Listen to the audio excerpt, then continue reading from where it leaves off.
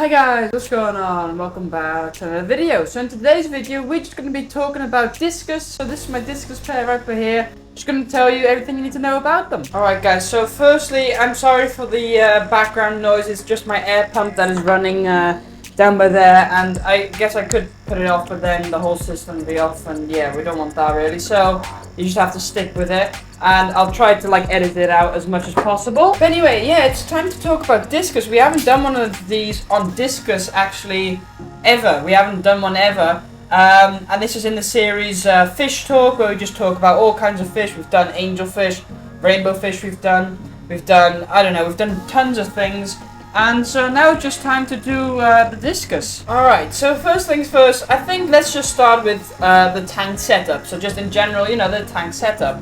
So I would say you want for these guys at least something like 350 to 400, 3 to 400 liter tank. Always bigger is better, of course. Now you might be able to see this is a bit smaller tank. This is a 125 liter tank. I'll put on the screen what that is in gallons and stuff because I do not know out of the top of my head. But yeah, these are in a 125 liter tank. 50 centimeters by 50 centimeters by 50 centimeters, which makes 125 liters. And this is just mainly for breeding. So for breeding, some different things, you know, there's some different things that you can keep in mind and stuff. But yeah, I'm just going to talk about if you'd have like a community in a tank. So yeah, quite a big tank, 3 to 400 liters at least. Bigger is better, like I said. Let's then talk about temperature. So I like to keep my Discus at least 28 degrees Celsius. So that is, I don't know what that's in Fahrenheit, but I'll put that on the screen as well. But you can go as high up as like 32 degrees Celsius even if you wanted to. Yeah, Discus just like really warm water. That's the most important, really. By the way, I just noticed I forgot one thing, is filtration. I've got some sponge filters here. Just that's just all my racking has sponge filters.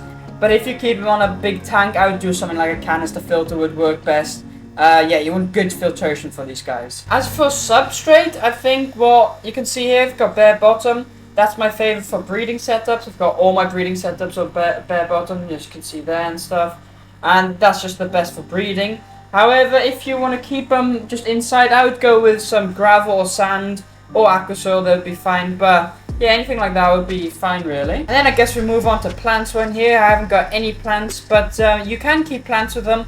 Although keep in mind you need plants that can survive the higher temperatures. So things like Java ferns, Anubias, Amazon swords and stuff, and that kind of stuff. You can use those, and they'll do pretty well in there. And so I think that pretty much covers it for like tank setup in general. Like I said, for breeding, you've got different things to keep in mind.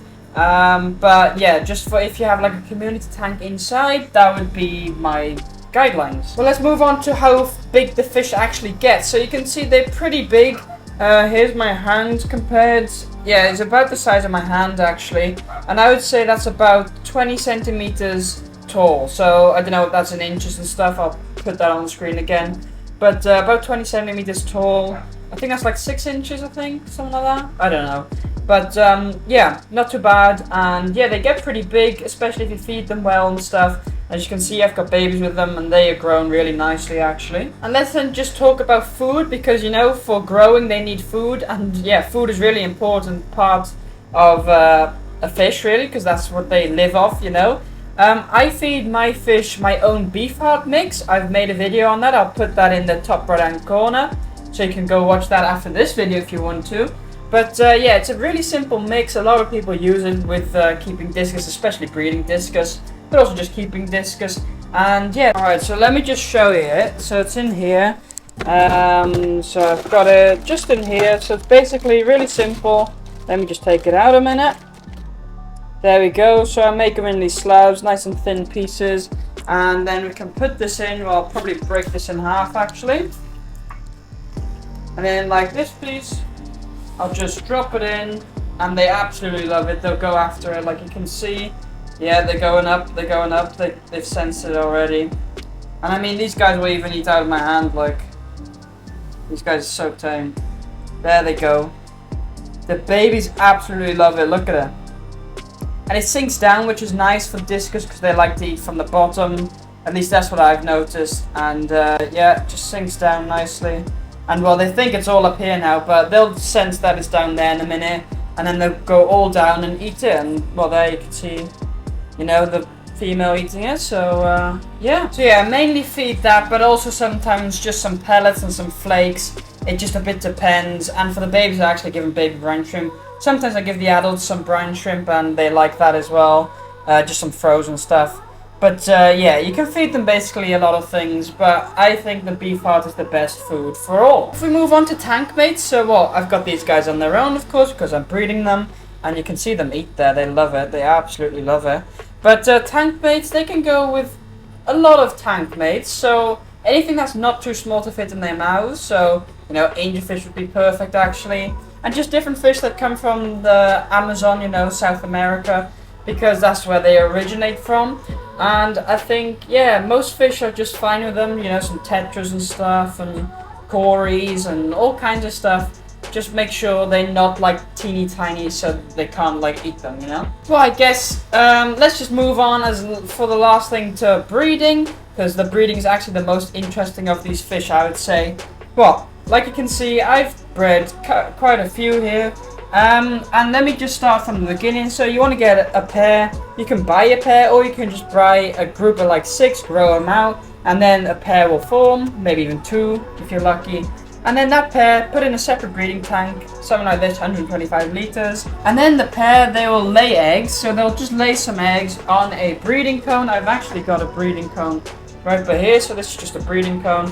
Although they'll lay on anything. I've had them lay on the pipe there. I've had them lay on the glass, on the heater, all kinds of stuff really. And yeah, they'll lay eggs for you. Those eggs will hatch in a few, like maybe like three days. And then they'll be in the stage where we call wigglers. And those wigglers will wiggle around, wiggle, wiggle, wiggle. And then in like a week's time, well, it depends, sometimes 5 days time, they'll be free swimming, so they'll be swimming around, and then they'll find the parents and swim around the parents, and they get attracted to dark materials, like dark objects. So they'll swim around the parents, and then most interestingly, they'll actually eat from the sides of the parents. So the parents produce some kind of mucus or slime of stuff, and then the babies eat that on the side. So that's one of 3 fish in the world that actually do that. Freshwater fish, that is. So it's a really interesting thing to see, and yeah, it's just really unique and rare, really. And then, you know, they just grow up, the babies grow up, grow, and now at about a month old, I feed them also beef heart, and they eat that, and baby brine shrimp, and you just can see they go mad for it. They love it.